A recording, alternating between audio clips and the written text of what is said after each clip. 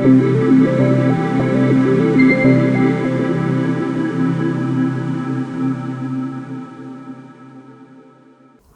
generasi Smart, kali ini kita akan belajar biologi mengenai materi jaringan ikat. Bersama saya, Muhlis, yuk kita simak video ini sampai selesai.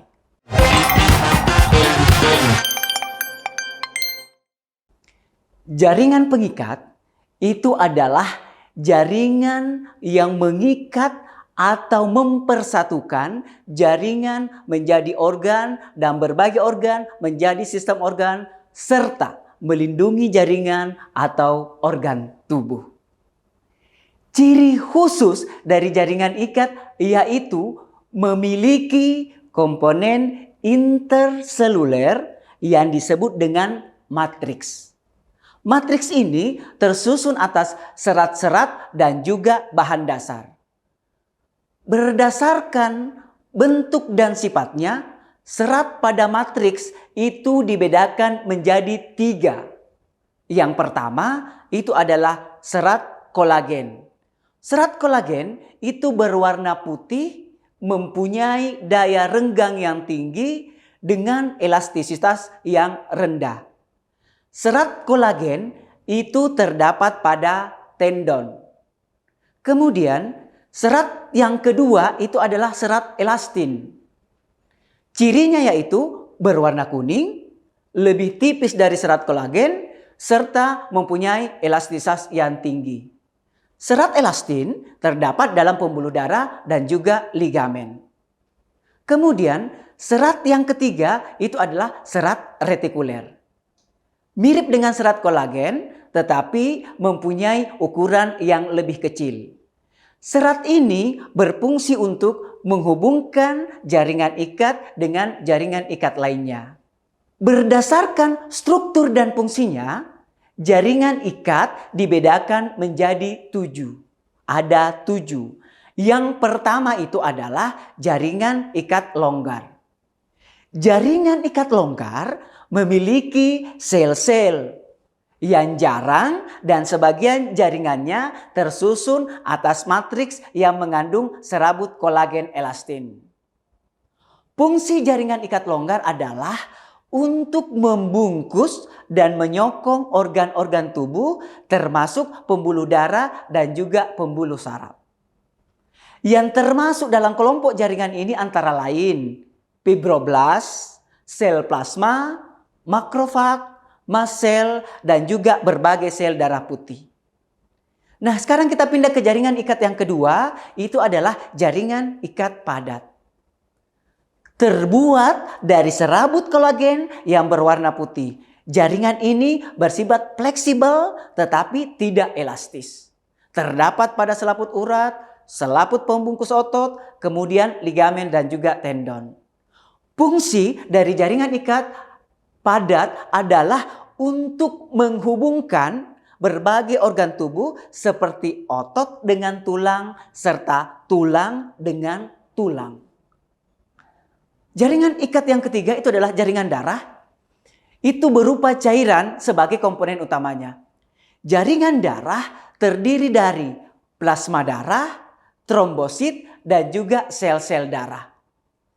Plasma darah merupakan cairan yang mengandung berbagai macam protein, asam amino, peptida, enzim, hormon, vitamin, dan juga mineral. Trombosit berbentuk lempengan, tidak berinti, dan berperan dalam proses pembekuan darah. Sel-sel darah seperti yang kita ketahui terdiri atas 3, ada eritrosit, ada leukosit, dan juga ada trombosit. Eritrosit berbentuk bulat dengan cekukan di tengah, tidak berinti, dan sitoplasmanya mengandung hemoglobin untuk mengikat oksigen dan juga karbon dioksida.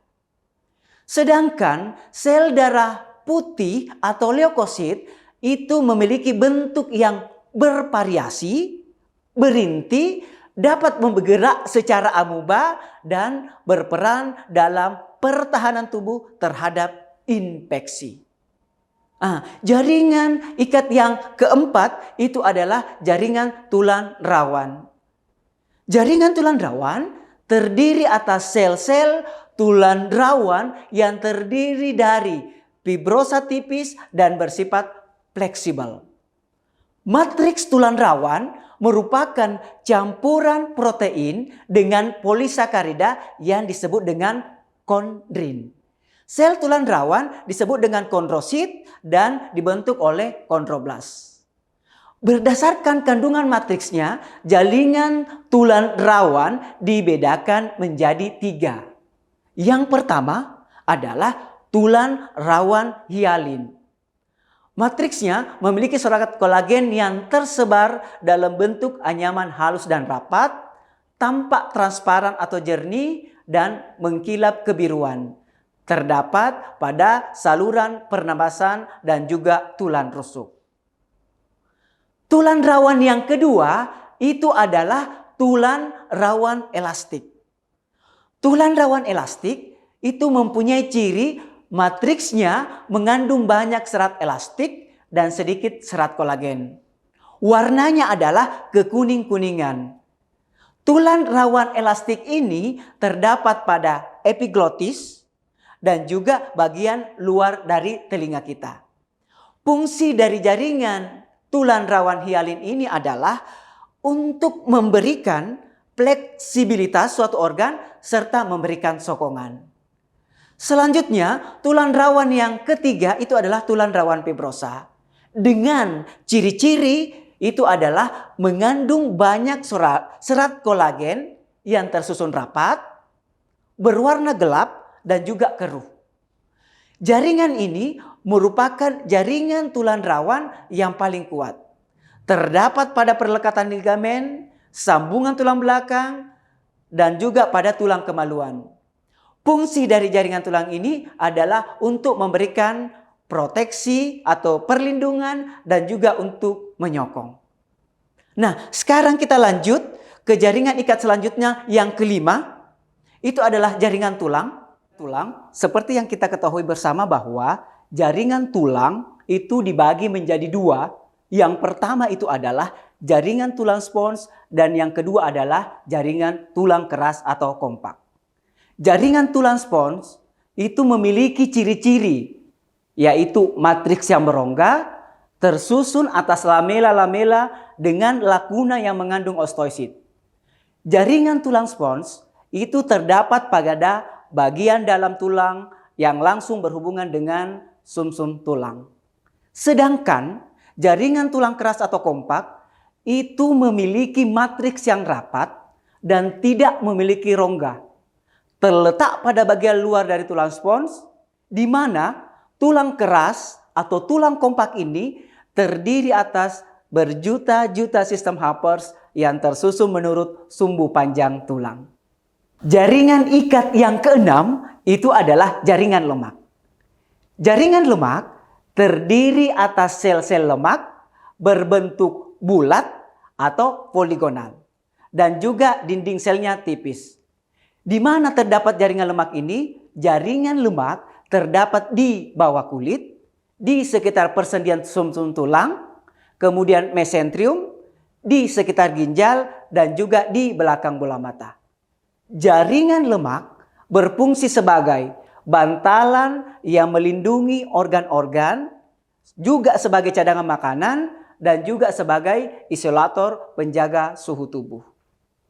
Sekarang kita lanjut ke jaringan ikat yang terakhir atau yang ketujuh, itu adalah jaringan limpah atau getah bening. Nah, jaringan limpah atau getah bening merupakan jaringan yang keluar melalui pembuluh darah.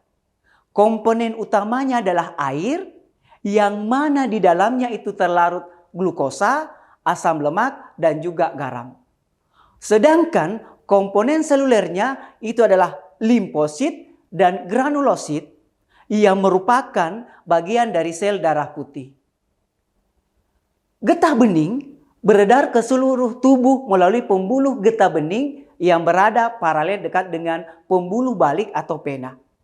Dan berakhir masuk ke pembuluh darah pena di bawah selangka kanan dan kiri.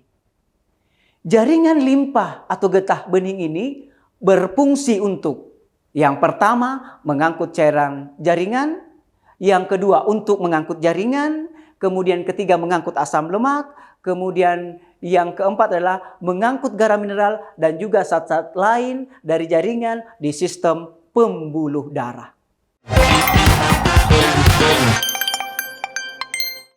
Oke, soal yang pertama adalah jaringan ikat merupakan jaringan yang paling banyak terdapat dalam tubuh hewan.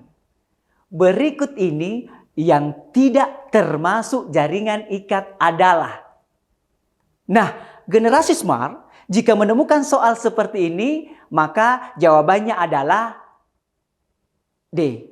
Karena jaringan otot itu bukan termasuk daripada jaringan ikat. Sedangkan jaringan lemak, kemudian tulang rawan, tulang dan darah termasuk ke dalam jaringan ikat. Soal nomor 2. Makrofag adalah salah satu komponen penyusun dari jaringan ikat yang memiliki fungsi. Oke. Nah, generasi smart, jika soalnya seperti ini, kita lihat dulu makrofag itu apa. Jadi makrofag itu adalah salah satu sel penyusun dari jaringan ikat. Nah, untuk soal nomor 2 ini jawabannya adalah E. Melakukan fagositosis, sel-sel mati, zat sisa, dan juga bakteri. Kita pindah ke soal nomor 3. Suatu jaringan memiliki ciri-ciri sebagai berikut. Yang pertama, itu adalah gelap dan keruh. Yang kedua, itu sumber kolagen tersusun atas sejajar membentuk satu berkas. Kemudian yang ketiga, itu adalah terdapat pada persendian tulang pinggang. Maka jaringan ini adalah. Nah, generasi smart jika menemukan soal yang sulit seperti ini, maka jawabannya adalah B. Rawan fibrosa.